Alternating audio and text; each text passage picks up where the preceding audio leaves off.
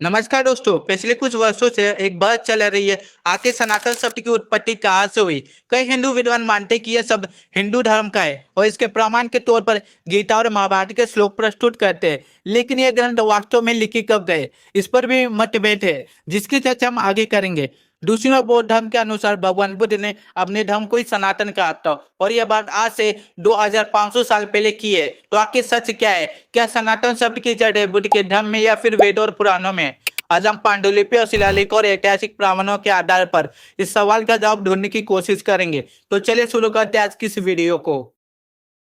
सबसे पहले हम देखेंगे हिंदू धर्म के किन ग्रंथों में सनातन शब्द का उल्लेख मिलता है और वे ग्रंथ कब लिखे गए। गीता में सनातन शब्द का उल्लेख अध्याय 11 श्लोक नंबर 18 में स्पष्ट रूप से देखा जा सकता है। धार्मिक मान्यता के अनुसार गीता लगभग 5000 वर्ष पूर्व लिखी गई थी, लेकिन ऐतिहासिक और भाषाई प्रमाण इसकी पुष्टि नहीं करता।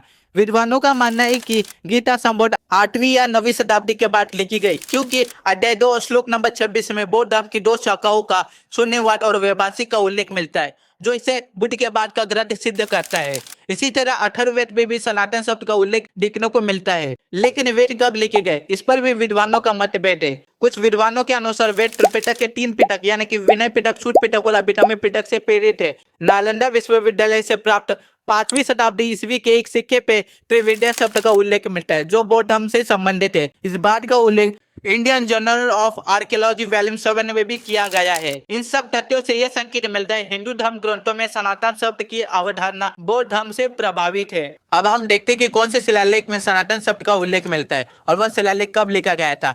महाराष्ट्र के एक शासक थे माधव वर्मन, उनका एक अभिलेख मिलता है जिसका समय 5वीं शताब्दी ईस्वी का माना जाता है। माधव वर्मन की एक कानपुर प्लेट साल 1927 में सिद्धार्थ से माने के पास बम्बई प्रेसिडेंसी के सातारा जिले के खानपुर तालुका के मुख्य शहर खानपार में पाई गई। यहाँ पे माधव वर्मन 2 ब्राह्मणों को दान देते हैं, उसका भी उल्लेख मिलता है। और यहाँ पर सबसे पहली बार किसी अभिलेख में सनातन शब्द देखने को मिलता है।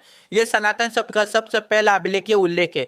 हिंदू इसी शिलालेख को दिखाते और बोलते हैं सबसे पहली बार सनातन शब्द का उल्लेख हिंदू धर्म में किया गया है। लेकिन रुको, मैं आज आपको इससे भी पुराने सबूत दिखाने वाला हूँ जो बौद्ध धर्म से संबंधित है। वहां पर सनातन शब्द देखने को मिलता है। बौद्ध धर्म का ग्रंथ धम्मपद में हमें सनातन शब्द का प्रमाण देखने को मिलता है। धम्मपद के यमक वाक्य के 5वें सूत्र में सनातन शब्द लिखा हुआ मिलता है। धम्मपद में लिखा है, वे से वेर कभी शांत नहीं होता, अवै से वेर शांत होता है। यही संसार का सनातन नियम यानी कि सनातन धर्म है। तो यहाँ पर साफ साफ देख सकते हो कि सनातन शब्द लिखा हुआ मिलता है। अब हम बात करते हैं कि बौद्धों के कौन कौन से पांडुलिपियों में सनातन शब्द देखने को मिलता है। सबसे पहले हम बात करते हैं धम्मपद की। गांधार क्षेत्र से 1994 में धम्मपद की एक बेहद पुरानी पांडुलिपि मिली थी। यह पांडुलिपि गांधारी भाषा में लिखी है और इसकी लिपि खरोष्टी है। इतिहासकारों के अनुसार यह पांडुलिपि पहली शताब्दी ईसा पूर्व से दूसरी शताब्दी ईस्वी के बीच की है। इस पुरानी पांडुलिपि में साफ साफ इस धम्मो सनातनो लिखा हुआ मिलता है। यह बात नव हिंदू लोगों के दावों को झूठा साबित करता है, जो 5वीं शताब्दी ईस्वी के एक शिलालेख का हवाला देकर यह कहते हैं कि बौद्धों ने सनातन शब्द वहीं से लिया है। ये पांडुलिपि उस शिलालेख से भी लगभग 400 साल पुरानी है, जो ये साबित करता है कि सनातन शब्द बौद्ध ग्रंथों में उस शिलालेख से बहुत पहले मौजूद था। इतना ही नहीं, उदान नाम का एक और बौद्ध ग्रंथ में हमें सनातन शब्द देखने को मिलता है। उदान वर्ग को लगभग 3री से 4ठी शताब्दी ईस्वी के बीच का माना जाता है। हालांकि इसकी सबसे पुरानी पांडुलिपियां 7वीं से 9वीं शताब्दी ईस्वी के बीच की है। ये पांडुलिपियां सुचुक नाम की जगह से मिली है, जो कि चीन के सिंजियार प्रांत से तारिम बेसिन के एक पुरातत्व स्थल से मिली है। यह जगह प्राचीन कुच्चा साम्राज्य का हिस्सा था और बौद्ध धर्म का सबसे बड़ा केंद्र भी था। ये पांडुलिपियां टोकारी ब्राह्मी में लिखी गई है, जो कि भारतीय ब्राह्मी का ये एक बदला हुआ रूप है। इन पांडुलिपियों के अंग्रेजी अनुवाद में भी सनातन शब्द साफ तौर पर देखा जा सकता है। मैंने आपको बौद्ध धर्म के एक नहीं 2 प्राचीन पांडुलिपियों के बारे में बताया है। एक तो धम्मपद, जो कि पहली शताब्दी ईस्वी की, और दूसरी उदान वर्ग, जिसकी रचना 3री से 4ठी शताब्दी ईस्वी में हुई और जिनकी पांडुलिपियां 7वीं से 9वीं शताब्दी ईस्वी की है। दोनों ही पांडुलिपियों में सनातन शब्द साफ साफ लिखा हुआ है।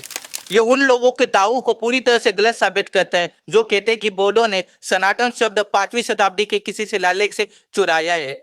इससे यह स्पष्ट होता है कि बौद्ध ग्रंथों में सनातन शब्द का प्रयोग बहुत पहले से होता आ रहा है। दोस्तों, वीडियो अच्छी लगी होगी तो वीडियो को लाइक और चैनल को सब्सक्राइब कीजिए। इस वीडियो को ज्यादा से ज्यादा शेयर कीजिए। मैं मिलता हूँ अगले वीडियो में, तब तक के लिए धन्यवाद।